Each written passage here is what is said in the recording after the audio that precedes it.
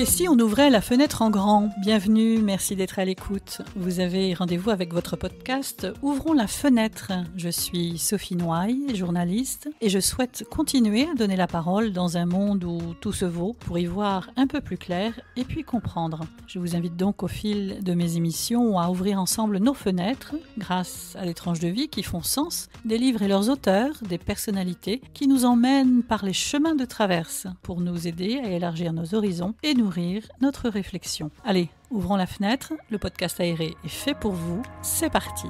Heureuse de vous retrouver pour ce nouveau podcast Ouvrons la fenêtre, alors qui est un peu en décalage cette semaine. Normalement, il sort le mercredi, mais parfois les aléas en cette période font que l'enregistrement est un peu différé, donc le voilà. Néanmoins, cette fois-ci, j'ai tendu le micro à Charlotte Savreux. Alors Charlotte Savreux, j'avais eu l'occasion de la rencontrer à plusieurs reprises lors d'émissions de radio que j'avais réalisées avec elle. Charlotte Savreux est journaliste, présentatrice. Elle anime également des conventions, des débats, des conférences sur des sujets de société ou à la demande d'institutions.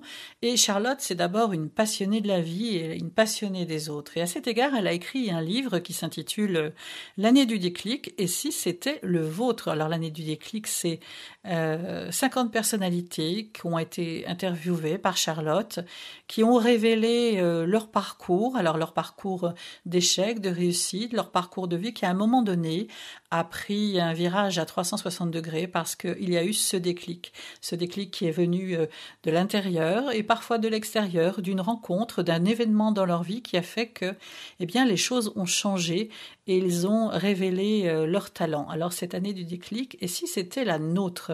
On va essayer justement d'en savoir un petit peu plus avec Charlotte. Charlotte qui nous répète inlassablement que ne pas expérimenter nos ressources, c'est habiter dans une hutte alors qu'on possède tout un palais. Bonjour Charlotte. Bonjour Sophie, bonjour à tous. Bienvenue. Merci. Ça fait plaisir. Mais oui, c'est plein de jolis souvenirs déjà partagés ensemble, radiophoniques. Oui, radiophonique. C'est vrai qu'il y a beaucoup de choses qui passent par la voix finalement. Oui, puis je pense que ce qui passe par la voix, il y a beaucoup d'intention, il y a une forme de vérité, de sincérité. On est davantage dans ce que l'on dit que dans ce que l'on paraît, puisqu'on est au cœur de ce qu'est la radio, c'est-à-dire de l'écoute, de la parole, mais aussi surtout de l'écoute. Alors, est-ce que Charlotte, en ce moment, vit cette année comme une année du déclic? Je pense qu'on la vit tous de manière collective, parce qu'évidemment, cette année 2020 nous a tellement interpellés qu'elle nous a forcément bousculés à des niveaux différents, sur des sujets aussi divergents. Mais je pense que c'est une année qui nous a fait réfléchir, c'est-à-dire que quand la vie nous propose de nous arrêter, comme ça a été le cas à ces circonstances extérieures, on a peut-être, notre liberté de circulation a été limitée, mais notre liberté de réflexion a pu aussi s'exprimer, puisque voilà, on nous a d'une certaine manière arrêtés dans notre élan. Donc là, on avait tout l'espace pour se poser, et pour se poser peut-être les bonnes questions. Alors, se poser les bonnes questions, c'est qu'est-ce que je vais faire de ma vie? Qu'est-ce que finalement je pourrais révéler de mes talents, de mon potentiel qui a peut-être été mis en sommeil ou je n'ai jamais révélé parce que dans cet ouvrage, Charlotte, l'année du déclic, j'en ai parlé déjà dans l'introduction, dans la présentation, mais cette année du déclic, elle est extraordinaire. Donner la parole à 50 personnalités, en tout cas, par leur témoignage de vie, faire en sorte de redécouvrir justement, à un moment donné de leur vie, qu'est-ce qui a été un déclic qui leur a fait changer de vie à presque 360 degrés. Exactement, c'est-à-dire que moi, ce qui m'a intéressée au cœur de ces parcours de vie, c'est le cheminement. Et ce moment clé où justement, on rebat les cartes, où on transforme l'épreuve en expérience, où on transforme un non en oui, on transforme l'échec en réussite. Qu'est-ce qui fait qu'à un moment, on décide de changer la donne? Alors, soit on le décide de manière active, soit la vie vient nous sculer, et ce que j'appelle les secousses sismiques, qui viennent à un moment nous réveiller d'une certaine manière pour nous révéler aussi à nous-mêmes, c'est-à-dire se dire, mais au-delà de se dire qu'est-ce que je fais dans la vie, est-ce que ce que je vis actuellement est en accord avec la personne que je suis? C'est-à-dire qu'on est tellement dans des quotidiens et dans des vies effrénées que parfois on reste sereinement avec sérénité sur une autoroute, Bon, l'autoroute, c'est simple, efficace, c'est rassurant. Mais parfois, ça manque aussi un petit peu d'épanouissement, ça manque de liberté, de légèreté aussi. Donc la vie, parfois, nous incite à sortir de l'autoroute et nous propose un rond-point pour peut-être à un moment prendre une autre voie, une autre trajectoire.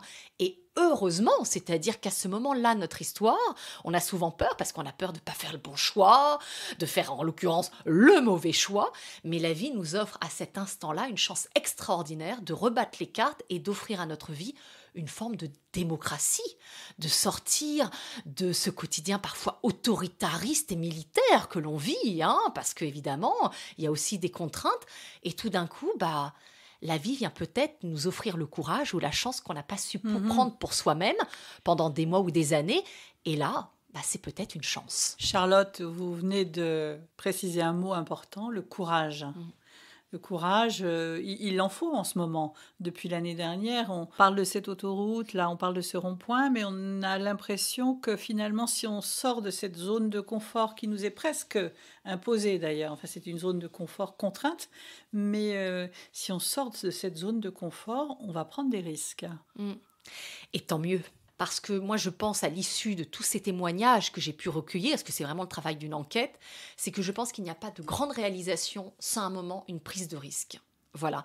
Et c'est ce que j'appelle le déclic. C'est-à-dire que souvent, on m'a dit, mais si vous deviez résumer en une phrase ce qu'est le déclic, le déclic, c'est quand l'envie devient plus forte que la peur. Et le déclic, il faut savoir qu'on aimerait tellement que ça vienne des circonstances extérieures, le téléphone qui sonne, la proposition, la rencontre, sauf que je me suis vraiment aperçue que le premier pas dépend exclusivement de nous. Nous sommes toujours premier acteur, premier instigateur de ce pas, de ce déclic. Alors ce qui est formidable, c'est que quand on fait un pas dans la vie en fait 10 pour nous.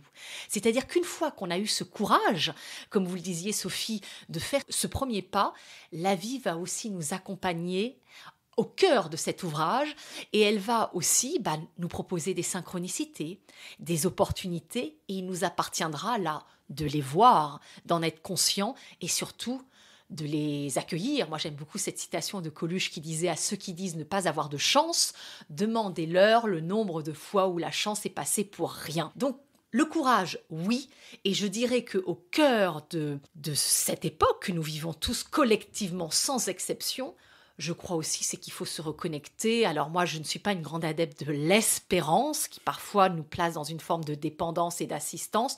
Moi, je suis davantage dans la confiance qui dépend de soi-même. Confiance en soi, confiance absolue en la vie.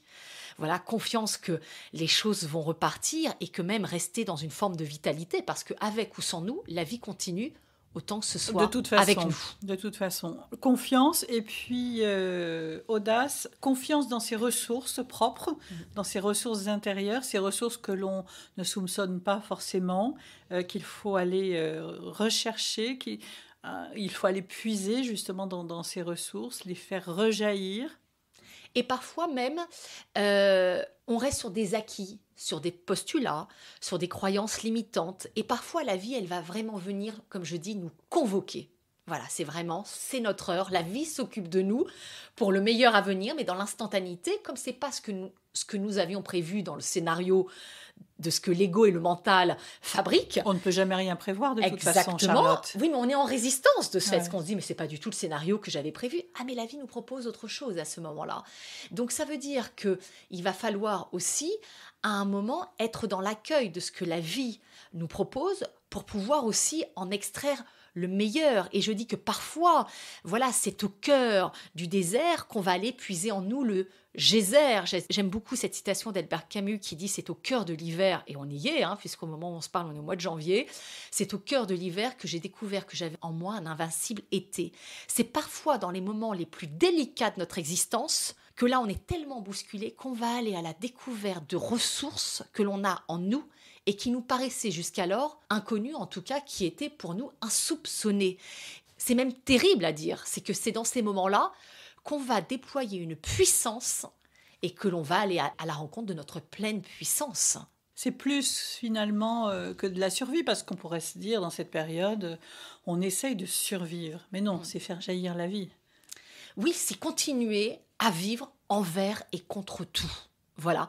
Et on en parlait avant de prendre l'antenne, même au cœur des entreprises, c'est continuer l'aventure, continuer à faire rencontrer les gens, à créer des connexions entre les gens, parce qu'on a besoin de ça. Donc, c'est continuer envers et contre tout.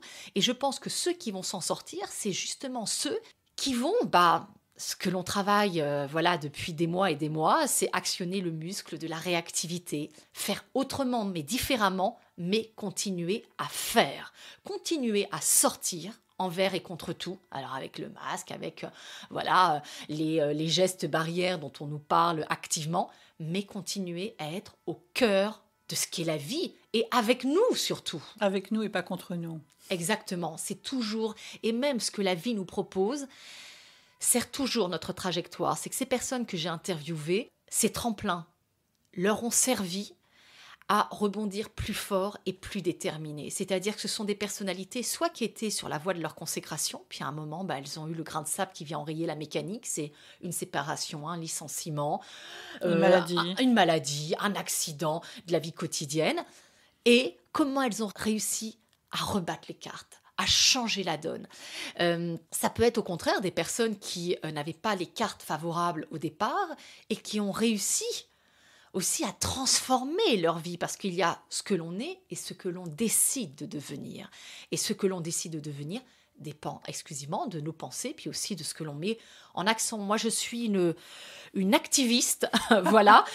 En tout cas, engagée, voilà. J'aime pas du tout le militantisme. Engagée à tous les niveaux. Voilà, je n'aime pas le militantisme, mais j'aime les gens engagés et je crois à l'opti-réalisme. Je crois qu'il n'y a pas des gens plus chanceux que d'autres. Les gens prétendument plus chanceux le sont uniquement parce qu'ils prennent plus d'initiatives. Ce que Machiavel appelait la bonne fortune. C'est-à-dire, c'est en se mettant en action qu'on va créer du rythme, et en se mettant dans un rythme, on va créer les opportunités. J'aime bien cette phrase, Charlotte, que vous citez souvent. Ne pas expérimenter ses ressources, c'est habiter dans une hutte alors qu'on possède tout un palais. Mais exactement, c'est ce que je dis, si je devais extraire de toutes ces rencontres, de tous ces témoignages, 3 enseignements du livre, je dirais le premier, mais vraiment et que je porte avec conviction, c'est que rien n'est figé ni limité, que les seules limites sont celles que l'on se donne, parce que la vie a ce talent extraordinaire d'être réajustable.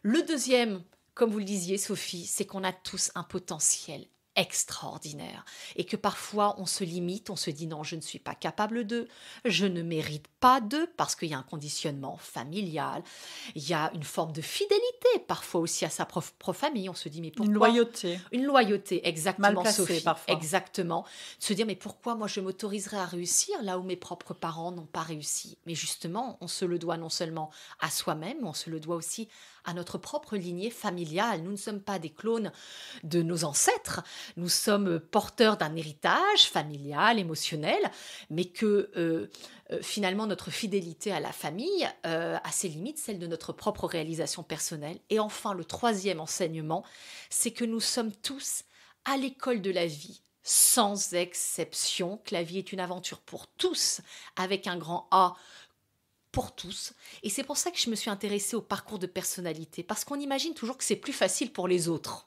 On se dit, ah bah oui, mais pour elle, pour lui. Alors ça, c'est l'argument, c'est l'alibi extraordinaire pour ne pas se mettre en action. Et j'ai voulu montrer que avant leur réalisation, évidemment, qui parle à l'inconnu, qui parle à l'inconscient collectif, avant leur réalisation et leur réussite, il y a eu tout un cheminement. Et c'est le cheminement qui est la vraie aventure.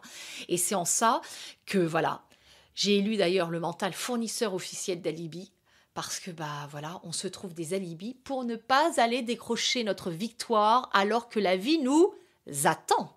Elle n'attend que nous. Mais il nous appartient de faire ce premier pas. Voilà.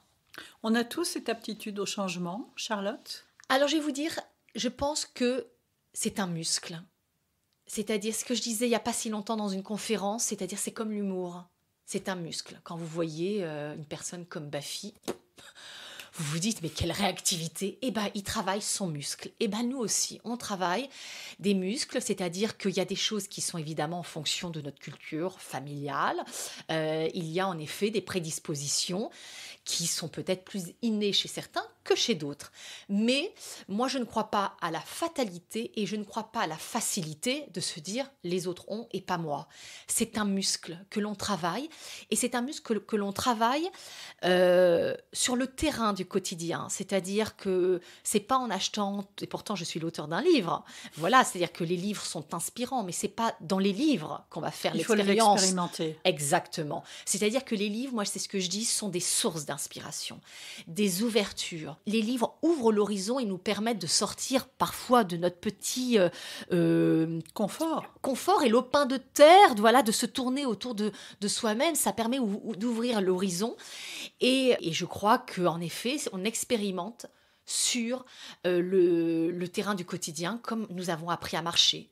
Nous sommes tombés maintes et maintes fois et maintenant, marcher est devenu pour nous comme une évidence. Et bien, c'est la même chose pour le courage. Regardez même au démarrage, quand on était jeune et qu'on appelait, on prenait son téléphone, on marquait sur un bout de papier ce qu'on allait dire. Bon, maintenant, a priori, je vois qu'il y a du vécu, mais il y a du vécu pour tout le monde, Sophie. Voilà. Non, Charlotte, je continue à marquer sur les papiers. Mais voilà. Et même parfois, quand il y a un enjeu, on aime bien marquer des petits tirets, etc. Donc, se dire... Je trouve que même faire de la vie plus un enjeu qu'un enjeu et parfois sourire de soi-même, de se dire, voilà, j'ai besoin de marquer sur un bout de papier. Et alors ? Où est le problème ? L'essentiel, c'est le résultat. Parfois, il y a des personnes, en effet, on peut être impressionné dans ce qu'on ose aller convoiter. Et et pourquoi pas ? Mais le problème, c'est de ne pas faire. Ça n'est pas de faire et de la manière dont on fait. C'est de faire et de se donner les moyens d'aller décrocher sa victoire. Donc c'est en expérimentant, puis après c'est un muscle, et après il y a une fluidité. Et voilà. On est heureux de ce qu'on accomplit, de exactement. Ce qu'on a pu accomplir. Exactement. Et petit à petit, on monte les barreaux de l'échelle en disant et on s'aperçoit que finalement, c'est le mental, c'est l'ego qui nous crée des peurs. Et on s'aperçoit que finalement, une fois qu'on a passé cet appel téléphonique sur lequel on mettait un enjeu incroyable, on s'aperçoit que finalement c'était beaucoup plus simple que ce que ça nous semblait. Donc vraiment faire de la vie plus un enjeu, un jeu qu'un enjeu, et donner un peu plus de légèreté. Voilà. C'est-à-dire essayer. La vie est un laboratoire, on est là pour essayer, ça marche, ça marche pas, ça n'est pas grave. La vie nous attend sur d'autres terrains, autre chose, à un autre moment, différemment. Il faut accepter de faire le pas de côté, de prendre la bifurcation. Mais voilà, exactement. Ne pas renoncer. Dans le livre, j'ai interviewé Thierry Marx qui reprend souvent cette image que je vais partager avec vous parce que je trouve qu'elle est magnifique, celle de la libellule. C'est-à-dire que Thierry Marx est un grand amateur d'arts martiaux. Et un jour... beaucoup de personnes s'étaient interrogées du fait qu'un grand maître en art martial ait choisi comme armoirie un animal qui est la libellule, alors qu'on s'attendait plutôt au dragon, au lion, au guépard, que sais-je. La puissance incarnée. Exactement. Et on s'est dit, mais pourquoi la libellule ? Parce que la libellule, elle paraît frêle, elle paraît fragile. Et en fin de compte, on s'est aperçu que la libellule, face à l'obstacle, ne renonce jamais parce qu'elle ne recule jamais. Elle change d'axe cognitif, c'est-à-dire qu'elle passe de gauche à droite, de haut en bas, mais elle contourne l'obstacle, elle continue le chemin. C'est-à-dire qu'elle accepte le fait que le scénario qu'elle avait imaginé ne soit pas forcément celui de la réalité et de ce que la vie nous propose.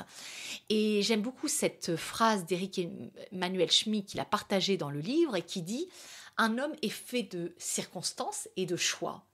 On n'a aucun pouvoir sur les circonstances. C'est ce que nous vivons tous depuis plusieurs mois. Nous n'avons aucun pouvoir aujourd'hui sur cette crise sanitaire au gré des couvre-feux, des confinements. En revanche, nous avons toujours le pouvoir sur nos choix, sur la manière dont on vit les événements et ce que l'on décide d'en faire. Alors, il faut de l'endurance pour ça aussi, Charlotte. On parlait d'entraînement, d'apprentissage, d'aller de l'avant, de se muscler, justement, muscler cette confiance, muscler le fait de ne pas avoir peur aussi. On se fait souvent... On a peur d'avoir peur, d'ailleurs, la plupart du temps, mais ça demande de l'endurance sur la durée. Mais c'est incroyable parce que au premier confinement, c'est exactement ce que je me suis dit. Je me suis dit, là, ça va être un marathon. Il va falloir tenir physiquement, émotionnellement, financièrement, dans la durée. Alors en fonction des postures, des âges de chacun, voilà, on n'a pas forcément les trois en même temps ou à des niveaux différents dans la durée. Et c'est ce que j'aime dire, c'est-à-dire que la persévérance, si je devais faire une équation de la persévérance, c'est la confiance plus la patience. C'est-à-dire qu'on est dans une société où on n'a plus de patience. On veut tout dans l'immédiateté. On reçoit toutes les informations dans l'immédiateté. Il nous manque une information, on a la réponse dans l'immédiateté. Et on veut un résultat de suite. Exactement. Et c'est ce que je dis, c'est-à-dire que pour aller décrocher sa victoire, la grande, celle pour laquelle nous sommes attendus, il faut le vouloir vraiment et longtemps. C'est-à-dire que ça n'est pas... voilà, tout ne se fait pas dans l'instantanéité. Et je crois aussi c'est que le bonheur vient de l'effort surmonté. C'est-à-dire que l'immédiateté apporte une réjouissance instantanée. Ce qu'on a engagé dans la durée, il y a une vraie satisfaction. Je donne souvent cet exemple de l'accouchement. Quand on a attendu cet enfant pendant 9 mois, voilà, le bonheur vient de l'effort surmonté. Comme un athlète de haut niveau qui s'est entraîné pendant des mois, des années, pour un moment honorer peut-être une médaille au JO et qu'il décroche cette médaille, le bonheur vient de l'effort surmonté. Donc ne pas oublier que la vie est une aventure avec un grand A et que nous sommes tous des athlètes de haut niveau. Voilà. Donc c'est à nous aussi de nous mettre en chemin petit à petit, alors avec aussi humilité, confiance, accepter aussi que parfois il y a des moments dans la vie où on ne se sent pas prêt à se mettre en action, parce que l'idée c'est d'encourager, de ne pas culpabiliser les gens. C'est que parfois il faut la politique des petits pas, mais il faut se faire confiance et faire ce petit pas, progressivement, tout doucement, mais il faut chaque jour en faire un peu plus jusqu'à ce qu'on retrouve cette confiance ultime et qu'on puisse mener les choses sur le long terme. Charlotte, quand on vous écoute, on est pleinement dans la réalité et c'est un petit peu à contre-courant de ce qu'on pourrait lire, entendre, voir sur tous les réseaux sociaux par rapport à ce développement personnel qui se développe de plus en plus et ces coachings où on se dit tiens, voilà, avec une baguette magique, en 8 leçons, je vais pouvoir accéder au bonheur, à la réussite. Vous en pensez quoi de cette mouvance de ce développement personnel qui a pris évidemment de l'ampleur avec cette période particulière? Alors, moi, je pars du principe que la vie n'est pas magique, la vie est merveilleuse. Voilà, donc il n'y a rien de magique. Après, qu'on fasse la démarche, je pars du principe que le développement personnel aujourd'hui est un sujet de société. Après, parce qu'il y a un enjeu de société, le bien-être, c'est un sujet de société. C'est pas une affaire de bonne femme, de papouille et de massage. C'est un enjeu de société. C'est-à-dire que tous collectivement, on veut une société plus prospère, plus joyeuse, plus dynamique, sauf que la société est représentative des individualités. Donc si chacun on participe à l'ouvrage, c'est l'effet boule de neige. On va pouvoir donner de l'amplification justement à cette société à laquelle on aspire tous. Après, je trouve qu'il y a une manière de faire les choses. Moi, je n'aime pas ce qui est ostentatoire. Voilà, c'est comme la spiritualité. J'aime pas quand c'est ostentatoire, c'est des choses qui se vivent intimement.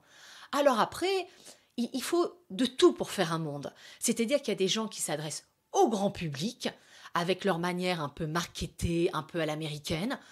Bon, on a le public qu'on mérite, on a les auditeurs qu'on mérite, on a les téléspectateurs qu'on mérite.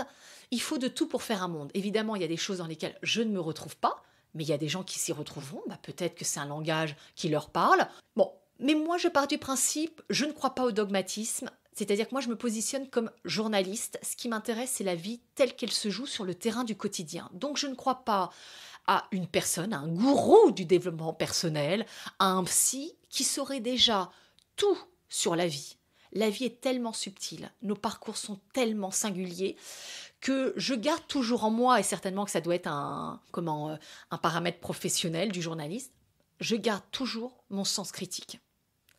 C'est-à-dire je ne m'en remets jamais exclusivement à une personne, je m'intéresse, J'ouvre l'horizon, c'est ce que je dis souvent, moi j'adore papillonner.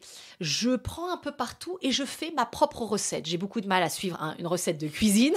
Bon, sauf la première fois, voilà, il faut toujours la deuxième fois que j'y mette un peu ma patte. Mais c'est prendre le recul aussi qu'il faut. Oui. C'est la réflexion aussi qui peut-être parfois manque, mais là je suis encore peut-être dans le jugement, mais ne pas tomber dans le mirage qu'on nous propose. Oui, puis ne pas s'en remettre à une personne, garder son sens critique, garder finalement la liberté de sa réflexion, son indépendance de réflexion.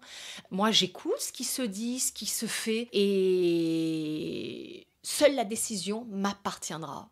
Voilà, c'est-à-dire moi seule déciderai de ce que j'entends intégrer au cœur de ma trajectoire de vie. Voilà, donc j'écoute, parfois je suis d'accord, je ne suis pas dans le rejet aucunement d'une personne en particulier, mais moi j'aime ce qui est panoramique. Et c'est pour ça, tout l'intérêt du livre, c'est que j'avais envie de partager des tonalités différentes, des sensibilités différentes, des parcours différents, des univers différents, et que chacun puisse lui-même... Voilà, je n'aime pas l'infantilisation. C'est-à-dire, j'aime pas une personne qui se place dans la posture de maître d'école, et en face, vous avez des élèves... on a passé l'âge. Ça, c'était quand nous étions enfants. Maintenant, c'est pour ça que je crois beaucoup plus à l'exemplarité, à la contagiosité qu'aux règles toutes faites qu'un coach vous donnerait. Parce qu'on sait très bien que les règles toutes faites, c'est comme les bonnes résolutions de début d'année, ça parle au mental et ça ne reste que 15 jours. Je crois à ce qui parle au cœur et aux tripes. Et je crois que la vie, les témoignages, la puissance d'un parcours de vie, mais c'est ce qui éclaire votre propre parcours de vie. Alors Charlotte, qu'est-ce qui vous parle en ce moment ? Qu'est-ce qui parle aux tripes et au cœur de Charlotte Savreux ? Alors, pour le moment, ce qui me parle, c'est que je sens que une crise est toujours une opportunité, on va dire. Voilà. Et c'est une partie de l'étymologie d'ailleurs du mot crise, hein. C'est exactement, croissance. Exactement. Et là, je vois que les choses sont en train de changer, de bouger. Donc évidemment, il y a toujours deux énergies.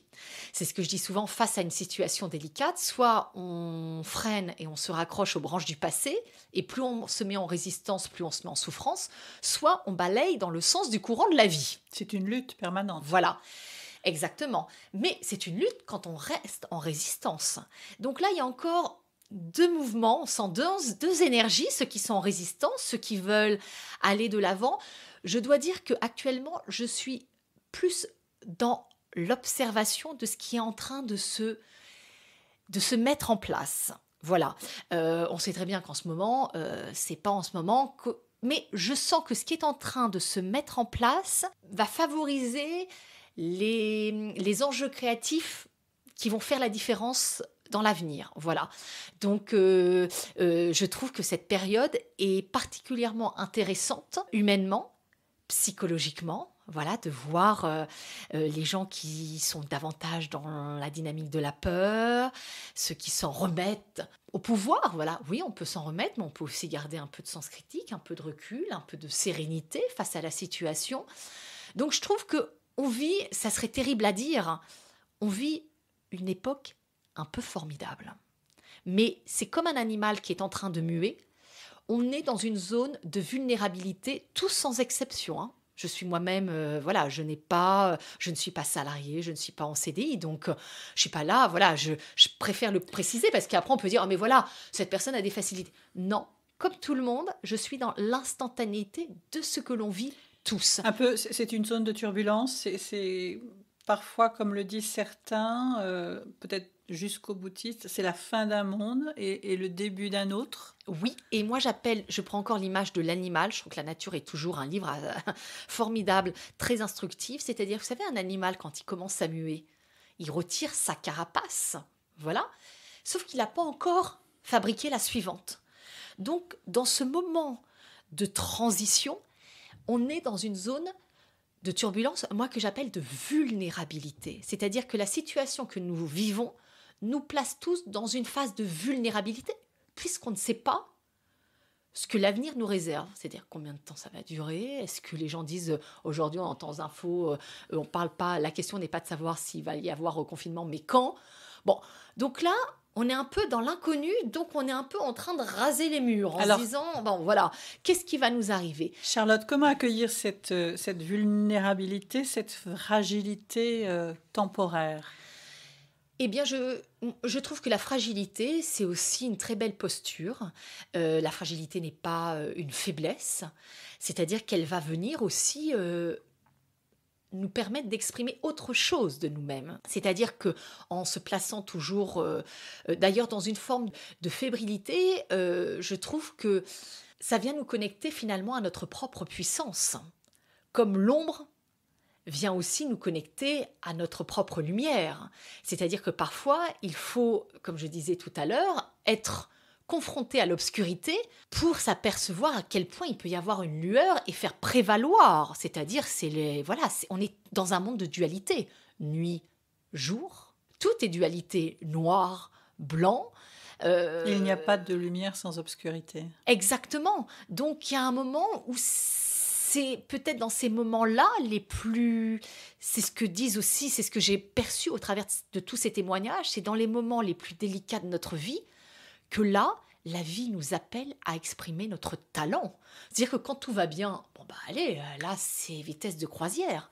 Mais c'est à ce moment-là que la vie nous appelle tous. Et là, nous appelle tous collectivement. Donc, c'est à nous d'exprimer le meilleur et le plus grand de nous-mêmes et le plus vrai de nous-mêmes. Et c'est dans ces périodes de vulnérabilité aussi qu'on est face à la vérité de notre âme. On n'est pas dans ce que l'on démontre, dans ce que l'on a construit. On retire progressivement les masques et on est face à soi-même et on part à la rencontre de nous-mêmes pour exprimer. Et c'est ce que je dis souvent, voilà, quand on est au cœur de cette époque-là, c'est qu'on a tous une raison d'être. Voilà, pourquoi nous sommes tous collectivement reliés les uns aux autres, ensemble, à ce moment-là. C'est qu'on a tous notre raison d'être et qu'on a tous une pierre formidable à apporter à l'édifice. Sans exception, on a besoin de tout le monde. Il n'y a pas des gens moins bien, mieux. On a besoin de tout le monde. Alors 2021 va être l'année du déclic, une nouvelle fois. Mais oui, c'est ça. C'est-à-dire qu'en fin de compte, mais je crois que la vie est faite de déclics. Et heureusement. Et si c'était la vôtre à tous ceux qui nous écoutent, Charlotte. Exactement. Et le déclic, peu importe le levier, ça peut être la soif de renouer avec une envie.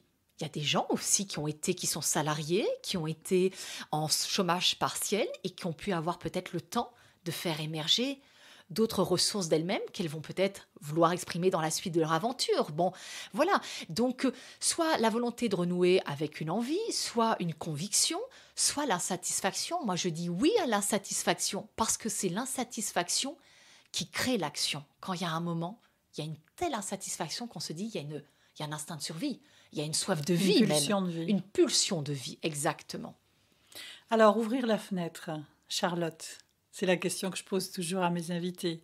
Une fenêtre à ouvrir en particulier pour vous? Moi, j'ouvre la fenêtre sur l'horizon, quoi.